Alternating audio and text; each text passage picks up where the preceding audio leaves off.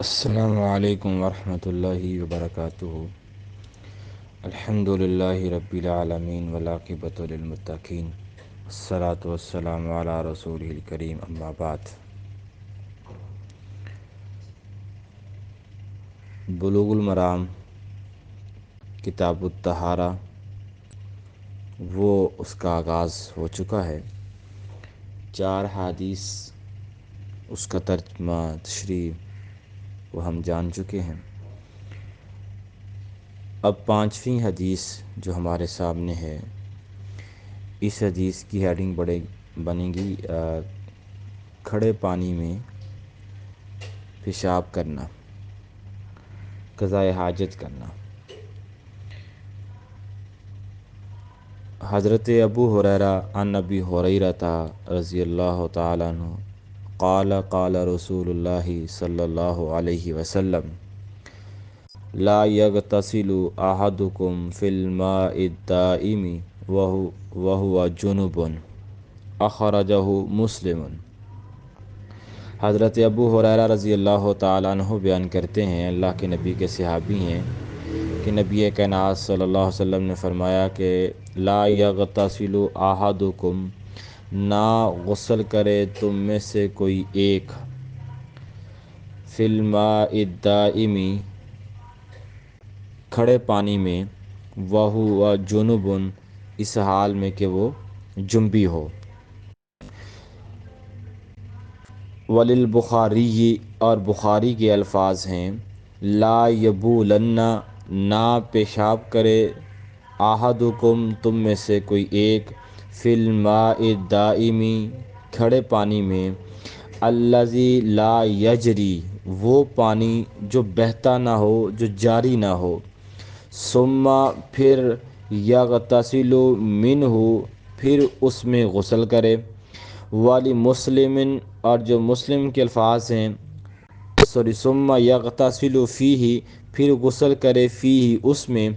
ولمسلم، اور مسلم کے الفاظ ہیں منہ، یعنی اس میں سے، فیہ، منہ، اس میں سے۔ والی ابی داود، اور ابو داؤد کے الفاظ ہیں ولا یغتسل،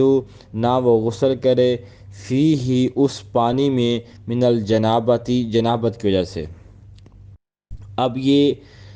روایت ایک مسلم کی روایت اور ایک بخاری کی روایت اور ایک ابو داؤد کی روایت ہمارے سامنے ہے۔ حدیث ایک ہے، الفاظ مختلف ہیں، بخاری کے اپنے الفاظ ہیں، صحیح مسلم کے اپنے الفاظ ہیں، اور ابو داؤد کے اپنے الفاظ ہیں۔ اب یہ حدیث ہمارے سامنے ہے کہ نبی کائنات صلی اللہ علیہ وسلم نے فرمایا کہ کوئی شخص کھڑے پانی میں غسل نہ کرے، اس حال میں کہ وہ جنبی ہو۔ اب یہاں پہ سب سے پہلے جو صحابی کا تعارف ہے وہ ہم پہلے پڑھ چکے ہیں۔ اگر کسی صحابی، وہی صحابی سے روایت بار بار آئے گی تو بس یہ بتا دی جائے گا کہ مذکورہ تعارف صحابی رسول کا دیکھ لیا جائے۔ اب اس میں روایت ہے کہ لا یغتسل، اب لا یغتسل یہ نہیں ہے، یہ نہیں ہے، تو نہیں کی تعریف کیا ہوتی ہے؟ نہیں کی تعریف یہ ہے کہ مخصوص صیغوں کے ساتھ، مخصوص الفاظ کے ذریعے شریعت کا کسی کو کسی کام سے روکنا طلب کرنا، روکنے کی خواہش طلب کرنا، یعنی کہ کسی شخص کو کسی کام سے روکنا مخصوص الفاظ کے ذریعے، یہ نہیں ہوتی ہے۔ اب یہاں پہ اب یہ معروف الفاظ ہیں نہیں کے، کہیں پہ اس کو جو ہے وہ حرام کے صیغوں کے ساتھ کہا جاتا ہے، کہیں واضح صریح کے ساتھ کہا جاتا ہے، کہیں ناپسندیدہ الفاظ کے ذریعے اس کو منع کیا جاتا ہے۔ تو یہ مختلف الفاظ استعمال ہوتے ہیں، وہ وقتاً فوقتاً ہم وہاں پہ بات کریں گے۔ تو لا یغتسل، غسل نہ کرے تم میں سے کوئی ایک کھڑے پانی میں، تو اس حدیث سے یہ بات سمجھ آئی کہ ایسا پانی جو بہتا نہ ہو،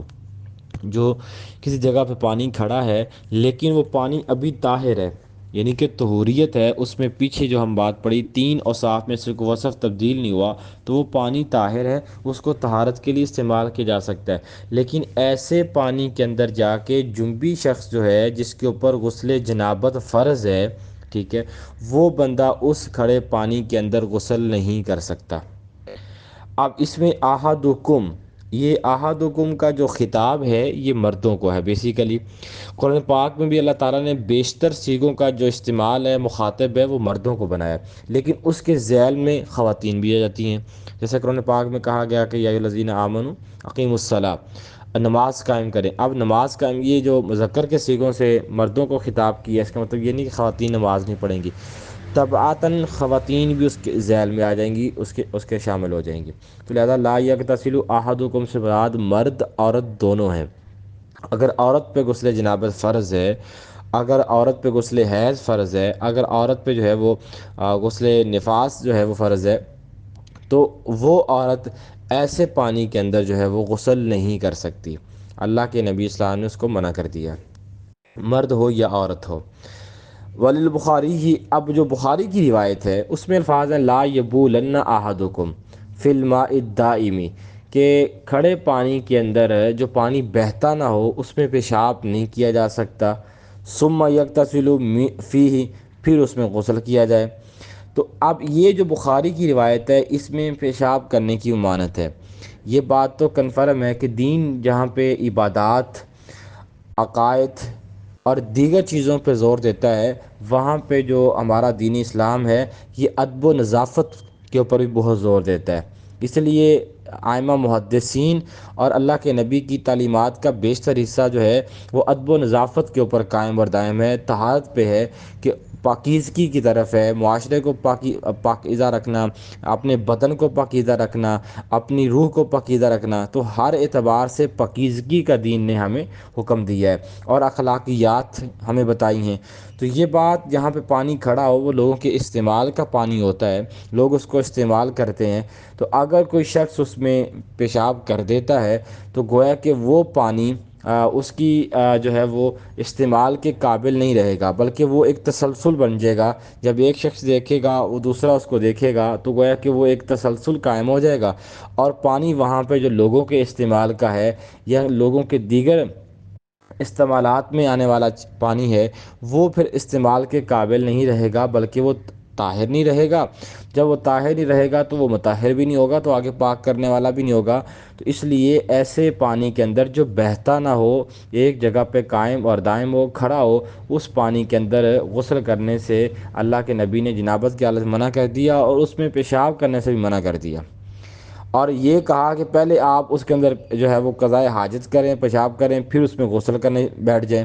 ٹھیک ہے، تو یہ تو اور جو ہے وہ کراہت والا عمل ہے، شریعت نے اس کو بھی ناپسند کیا ہے بلکہ منع کیا ہے۔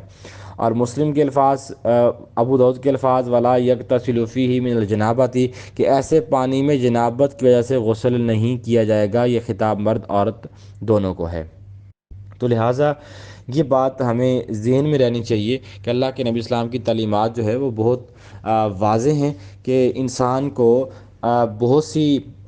موقعوں پہ ایسی حاجات کا سامنا کرنا پڑ جاتا ہے۔ آج کل ہم کہتے ہیں کہ ایسی حدیث کس طرح پیش آتی ہیں، بہت سے ایسے علاقہ جات ہیں، بہت سے ایسے صورتیں بن جاتی ہیں جہاں پہ انسان جو ہے وہ ایسے پانی میں استعمال کر لیتا ہے۔ اس کو یوں کہہ لیں کہ اگر گھر میں پانی ہی اتنا پڑا ہے، وہاں پہ انسان جنابت کی حالت میں غسل کرنے لگ جائے تو وہ پانی پھر طاہر نہیں رہتا۔ تو اللہ کے نبی نے جنابت کی حالت میں کھڑے پانی میں جو ہے وہ اس کو منع کیا ہے۔ اس کی ایک اور بات کہ اگر ایک شخص جو ہے وہ جنابت کی حالت سے نہا لیتا ہے اور پانی اس کا بچا ہوا ہے، اس بچے ہوئے پانی کو اگر وہ کسی کھڑے پانی کے اندر انڈیل دیتا ہے تو ائمہ محدثین نے کہا ہے کہ وہ پانی بھی جو ہے وہ جنبی ہو جائے گا، یعنی کہ اس پانی کے اندر بھی، یعنی کہ پانی کے اندر طہوریت نہیں رہے گی۔ تو لہٰذا اس پانی کو بھی ہم کہیں گے کہ یہ پانی اس کا جو انڈیلنا ہے اس پانی کھڑے پانی میں، تو وہ بھی اس کے لیے جائز اور درست نہیں ہے۔ اب اس میں یہاں پہ جو لا یغتسل احدکم حدیث میں عمومی طور پہ نہیں آتی ہے، لیکن ائمہ محدثین یہاں پہ فرق کرتے ہیں۔ فرق یہ کرتے ہیں کہ اگر تو یہ نہیں عبادات کے باب میں آتی ہے تو پھر اس کا مطلب یہ ہے کہ وہ نہیں حرام کی کیٹیگری کی ہے۔ اگر کہا گیا کہ یہ کام فلاں نہیں کرنا آپ نے، اگر اس کا تعلق عبادات سے ہے تو پھر وہ حرام ہوگا کام کرنا۔ لیکن اگر اس نہیں کا تعلق ادب و نظافت کے ساتھ ہے، صفائی طہارت کے ساتھ ہے، تو پھر ائمہ محدثین اس کو کراہت پہ محمول کرتے ہیں کہ یہ کام کرنا مکروہ ہے۔ لیکن یہ ایک فرق ہے، ذیلی فرق ہے، لیکن صحیح بات یہ ہے کہ جہاں پہ نہیں ہے وہ نہیں ہی ہے، لہٰذا پھر کسی مسلمان کے لیے وہ کام کرنا جائز نہیں ہے، وہ شریعت اسلامی نے اس کو منع کر دیا ہے۔ اب دوسری روایت جو چھٹی روایت ہے، اب یہ تھوڑا سا باب کے اندر جو ہے نا وہ چینج آیا ہے۔ یہ جو روایات پیچھے ہم نے پڑھی، پانیوں کے باب تھا، پانیوں کا کلر چینج ہونا، اس کا رنگ چینج ہونا، اس کا ذائقہ وغیرہ۔ اب یہاں پہ جو پانچویں حدیث آئی تھی، یہ اس حدیث کے تین حصے تھے، بخاری، مسلم اور ابو داؤد کے الفاظ۔ اب اس میں جو چھٹی روایت ہے، اس روایت کے اندر میاں بیوی کے متعلق اللہ کے نبی اسلام نے ذکر کیا ہے۔ وہ حدیث کیا ہے؟ اس کے اندر ہیڈنگ بنے گی کہ میاں بیوی کا بچے ہوئے پانی سے غسل کرنا۔ چھٹی روایت ہے ان صاحب رجل صاحب النبی صلی اللہ علیہ وسلم، اللہ کے نبی کے ایک صحابی بیان کرتے ہیں، قال کہتے ہیں کہ نہا رسول اللہ صلی اللہ علیہ وسلم، کہ اللہ کے نبی علیہ السلام نے منع کیا ہے کہ ان تغتسل المرأۃ، کہ غسل کرے عورت، بفضل الرجل، عورت مرد کے بچے ہوئے پانی سے، او الرجل، یا آدمی، بفضل المرأۃ، عورت کے بچے ہوئے پانی سے غسل کرے، یعنی کہ عورت مرد کے بچے ہوئے پانی سے اور مرد عورت کے بچے ہوئے پانی سے غسل نہیں کر سکتا۔ ہاں اللہ کے نبی اسلام نے ایک طریقہ بتا دیا کہ فرمایا وَلْيَغْتَرِفَ جَمِيعًا، کہ وہ دونوں ایک ساتھ چلو بھر لیں، یعنی کہ دونوں ایک ساتھ غسل کر لیں، تو یہ جائز ہے۔ اخرجہ ابو داود، اس روایت کو ابو داود نے بیان کیا، والنسائی، اور امام نسائی نے بیان کیا، واسنادہ، اور اس کی جو اسناد ہیں صحیح وہ صحیح ہیں۔ اب یہ ہمارے بات ذہن میں رہنی چاہیے کہ نبی کائنات صلی اللہ علیہ وسلم کی جو حدیث ہیں کتاب الطہارہ کے باب میں آنے والی، جس کو امام محدثین نے جمع کیا ہے، اب اس حدیث میں اللہ کے نبی اسلام کے ایک صحابی ہیں جو اللہ کے نبی کا فرمان رسول نقل کر رہے ہیں کہ اللہ کے نبی نے عورت کو منع کیا ہے کہ وہ مرد کے بچے ہوئے پانی سے غسل نہ کرے، اور اس طرح مرد کو منع کیا ہے کہ وہ عورت کے بچے ہوئے پانی سے غسل نہ کرے، بلکہ وہ ایک ساتھ غسل کر لیں۔ اب یہ روایت کے اندر جو الفاظ ہیں، پہلے تو صحابی رسول اللہ کے نبی کی بات کہہ رہے ہیں کہ اللہ کے نبی اسلام نے منع کیا ہے، تو اس سے یہ بات سمجھ آتی ہے کہ صحابی رسول اپنی طرف سے تو کوئی الفاظ یہ نہیں کہہ سکتا کہ اس کام سے اللہ کے نبی نے منع کیا ہے یا یہ کام کرنے کا اللہ کے نبی نے حکم دیا تھا۔ صحابی رسول اپنی طرف سے کوئی بات نقل نہیں کر سکتا، اس لیے، لیکن یہاں پہ صحابی کی صراحت نہیں ہے کہ یہ روایت کس صحابی رسول کی ہے، یہی کہا گیا کہ اس کو بعض صحابہ میں سے کسی ایک صحابی نے اللہ کے نبی کا یہ فرمان نقل کیا ہے۔ ایک بات، دوسری بات یہ ہے کہ اس حدیث سے سمجھ آتا ہے کہ عورت مرد کے بچے ہوئے پانی سے، یعنی کہ عورت جنبی ہے، حیض کا غسل کر رہی ہے، اگر اس نے مطلب غسل کیا ہے تو اب اس کے بعد باقاعدہ مرد جو ہے وہ جا کے اسی ٹب میں یا اسی پانی کا استعمال کر لے، لیکن وہ جائز نہیں ہے۔ اس طرح اگر مرد پہلے جنابت کا غسل کر رہا ہے اور بعد میں اسی ٹب کے پانی میں جا کے عورت غسل کر لے تو اس کے لیے جائز نہیں ہے۔ ہاں ایک ساتھ غسل کرنے کو شریعت نے اولا افضل قرار دیا ہے۔ اب یہ بات سمجھنے کے لائق ہے کہ آج کے دور میں یہ صورت کیسے پیش آتی ہے۔ آج کل تو شاور لگے ہوئے ہیں، ٹھیک ہے، اور اس طرح کی کیفیت نہیں ہے، سچویشن نہیں ہے، مرد جائے گا وہ اپنا غسل کرے گا، عورت جائے گی وہ اپنا غسل کرے گی، تو گویا کہ یہ تو کیفیت اور صورتحال پیش ہی نہیں آتی۔ تو ضروری نہیں ہے کہ ہر گھر میں شاور لگا ہو اور ماڈرن دور ہو اور ساری سہولیات موجود ہوں۔ بہت سے گھرانے ایسے ہیں جو آج بھی پانی کا استعمال اور نہانے کے لیے بڑا ٹب استعمال کرتے ہیں، اور اس کے اندر پھر پانی جمع ہوتا ہے، پہلے ایک شخص پانی غسل کرتا ہے یا نہاتا ہے، پھر گھر کے دیگر افراد بھی جیسے کہ میاں بیوی اور بعد میں بچے بھی نہا لیتے ہیں۔ تو آج بھی بہت سی صورتحال ہمارے معاشرے میں ایسی ہے، تو اگر جہاں پہ ایسی صورتحال بن جائے تو وہاں اللہ کے نبی نے منع کر دیا ہے، لیکن ایک ساتھ اللہ کے نبی نے غسل کرنے کی اجازت دی ہے، اور یہ بہتر اولا، اور یہ میاں بیوی کے اندر محبت اور ان کے محبت مودت کا بڑھنے کا ذریعہ اللہ کے نبی اسلام کی حدیث سے معلوم ہوتا ہے۔ اب یہ روایت اور 7ویں روایت جب ہم پڑھیں گے تو پھر ہماری بات ذرا واضح ہو جائے گی، تو پھر ہم آگے تفصیل سے بات کرتے ہیں۔ وعن ابن عباس، حضرت ابن عباس رضی اللہ تعالیٰ عنہ سے روایت ہے، ان نبی کے ناس صلی اللہ علیہ وسلم کانا تھے یغتسل غسل کرتے بفضل میمونہ تھا، حضرت میمونہ رضی اللہ تعالی عنہ کے بچے ہوئے غسل سے، بچے ہوئے پانی سے۔ اب یہ روایت کو بیان کیا اخرجہ مسلم نے بیان کیا۔ اب اس حدیث میں وضاحت ہے کہ اللہ کے نبی حضرت میمونہ رضی اللہ تعالی عنہا کے بچے ہوئے پانی سے غسل کرتے تھے۔ اوپر اللہ کے نبی منع کر رہے ہیں، یہاں اللہ کے نبی کا عمل ہے۔ آگے چلتے ہیں۔ والی اصحاب السنن، اصحاب سنن سے مراد ائمہ اربع ہیں، ابو داؤد، ترمذی، نسائی، ابن ماجہ۔ والی اصحاب السنن، اصحاب سنن نے اس کو روایت کیا ہے، وہ کیا ہے؟ اغتسل بعض ازواج النبی، کہ غسل کرتی اللہ کے نبی کی ازواج میں سے کوئی ایک بیوی، فی جفنتن، ایک ٹب کے اندر، ایک بڑے برتن کے اندر، فجاء النبی، اور پھر نبی کائنات صلی اللہ علیہ وسلم آئے، لیغتسل، تاکہ وہ اس کے اندر غسل کریں، لیغتسل، تاکہ وہ غسل کریں، منہا، اس میں سے۔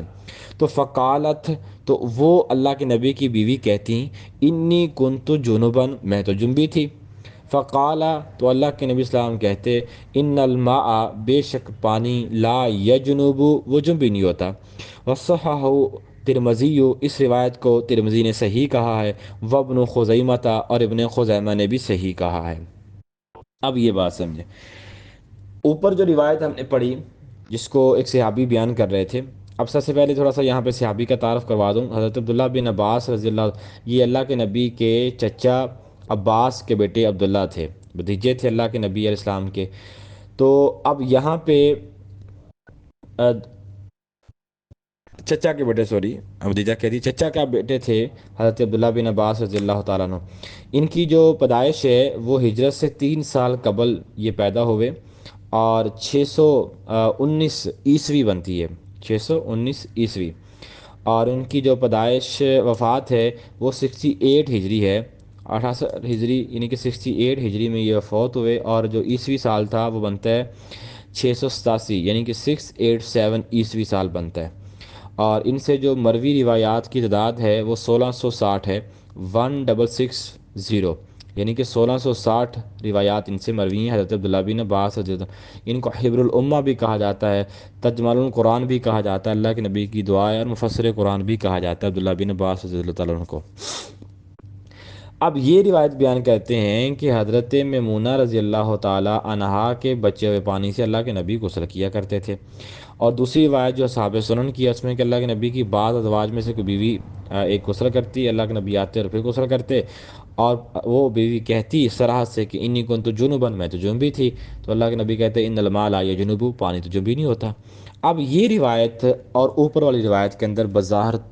تعارض ہے، بظاہر کیا ہے؟ وہ تعارض ہے۔ اب تعارض کیا ہے کہ اللہ کے نبی اوپر کی روایت میں تو منع کر رہے ہیں کہ مرد عورت کے بچے ہوئے پانی سے اور عورت مرد کے بچے ہوئے پانی سے غسل نہیں کرے، یہ منع کر دیا، اور اللہ کے نبی خود حضرت میمونہ کے بچے ہوئے پانی سے غسل بھی کر رہے ہیں، اور بعض ازواج کی صراحت کے باوجود غسل کر رہے ہیں، تو اس میں کیا تطبیق ہے؟ اب یہاں پہ ہیڈنگ ہے کہ کیا میاں بیوی ایک دوسرے کے بچے ہوئے پانی سے غسل کر سکتے ہیں یا نہیں؟ تو اس کے اندر بظاہر 2 روایات ہیں، ایک روایت کے اندر اللہ کے نبی اسلام نے منع کر دیا، اور ایک روایت کے اندر اللہ کے نبی کی صراحت موجود ہے کہ وہ غسل کرتے تھے، ایک بات۔ اب دوسری بات یہ ہے کہ جس میں اللہ کے نبی نے منع کیا ہے وہ اللہ کے نبی کا قول ہے، اور جس روایت میں اللہ کے نبی کے کرنے کا ذکر ہے وہ اللہ کے نبی کا عمل ہے۔ قول میں منع کر دیا اور عملاً اس کا ثبوت موجود ہے۔ اب تیسرا پھر یہاں پہ بات یہ ہے کہ جب اللہ کے نبی اسلام کے قول اور عمل میں بظاہر تضاد آ رہا ہو تعارض آ رہا ہو، ہم کہیں گے کہ قول کا حکم امت کے لیے ہے اور فعل اللہ کے نبی کا خاصہ ہے۔ جیسا کہ یہ روایت ہے کہ اللہ کے نبی اسلام قولاً اپنی اقوال سے تو منع کر رہے ہیں، لیکن عمل سے اللہ کے نبی کا ثبوت ہے، تو گویا کہ ہم کہیں گے عمل اللہ کے نبی کا خاصہ ہے اور جو اللہ کے نبی کا قول ہے وہ امت کے لیے ہے۔ یہ ایک دلیل ہے۔ اب چوتھی بات یہ ہے کہ اللہ کے نبی علیہ السلام نے جو کیا ہے اور اوپر اللہ کے نبی نے منع کیا ہے۔ اب یہاں پہ چوتھی بات یہ ہے کہ جو عورت ہے وہ مرد کے بچے ہوئے پانی سے غسل نہیں کر سکتی، البتہ مرد عورت کے بچے ہوئے پانی سے غسل کر سکتا ہے۔ اب اس کی دلیل کیا ہے؟ اس کی دلیل یہ ہے کہ اللہ کے نبی اسلام کا جو منع کرنا ہے وہاں پہ مطلقاً منع کر دیا گیا ہے، مرد بھی نہیں کر سکتا، عورت بھی نہیں کر سکتی۔ جبکہ اگلی روایت جو ابن عباس کی ہے وہاں پہ موجود ہے کہ اللہ کے نبی نے حضرت میمونہ کے بچے ہوئے پانی سے غسل کیا اور بعض ازواج میں سے کسی ایک زوج یعنی کہ اپنی ایک بیوی کے بچے ہوئے پانی سے غسل کیا۔ اب اس روایت میں اللہ کے نبی کا کرنے کا عمل موجود ہے، تو ہم یہ کہیں گے کہ جو اوپر والی روایت منع کردہ ہے اس کا تعلق عورت کے ساتھ ہوگا کہ عورت مرد کے بچے ہوئے پانی سے غسل نہیں کر سکتی، لیکن مرد عورت کے بچے ہوئے پانی سے غسل کر سکتا ہے۔ اس کا جواز اللہ کے نبی کا یہ عمل ہے۔ بعض ائمہ محدثین نے یہ جو ہے اس کی اندر تطبیق دی ہے۔ جب دو روایات کے اندر بظاہر تعارض آتا ہے تو تطبیق والا پہلو بھی نکلتا ہے کہ دونوں پہ عمل ہو جائے، دونوں حدیث پہ عمل کرنے کا طریقہ محدثین نے یہ بیان کیا کہ یہ ممانعت جو ہے وہ صرف عورت کے لیے ہے کہ عورت مرد کے بچے ہوئے پانی سے غسل نہ کرے، البتہ جو مرد ہے وہ اپنی بیوی کے بچے ہوئے پانی سے غسل جنابت کر سکتا ہے۔ اب اس کے اندر پانچویں بات یہ ہے کہ اللہ کے نبی علیہ السلام نے ایک طریقہ بتا دیا وَلْيَغْتَرِفَ جَمِيعًا کہ دونوں ایک ساتھ نہاریں۔ اب یہاں پہ ہمارے معاشرے میں اس بات کو بڑا ہی مکروہ اور ناپسندیدہ سمجھ جاتا ہو کہ دیکھیں جی میاں بیوی ایک ساتھ غسل کریں، اور ہماری سوسائٹی اس سے اللہ تعالیٰ معاف کرے اس قدر سطحی سوچ رکھنے والی ہے کہ ہمارے معاشرے کے اندر تو اگر کوئی میاں بیوی ایک فیملی جوائنٹ فیملی میں رہتے ہوں اور وہاں پہ اگر کوئی شوہر یا بیوی صبح یعنی کہ روزانہ وہ اگر غسل کرتے ہیں، الگ الگ کرتے ہیں،